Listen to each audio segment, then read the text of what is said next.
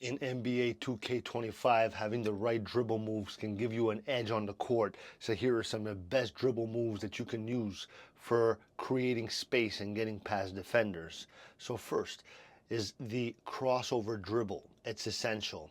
So it helps you quickly change direction and catch defenders off guard. Using this move effectively can create open shots or driving lanes. Next is the behind the back move. This move is great for escaping tight defense and can be used to pull off a quick shot or drive. It's especially useful when you want to keep the ball away from defenders.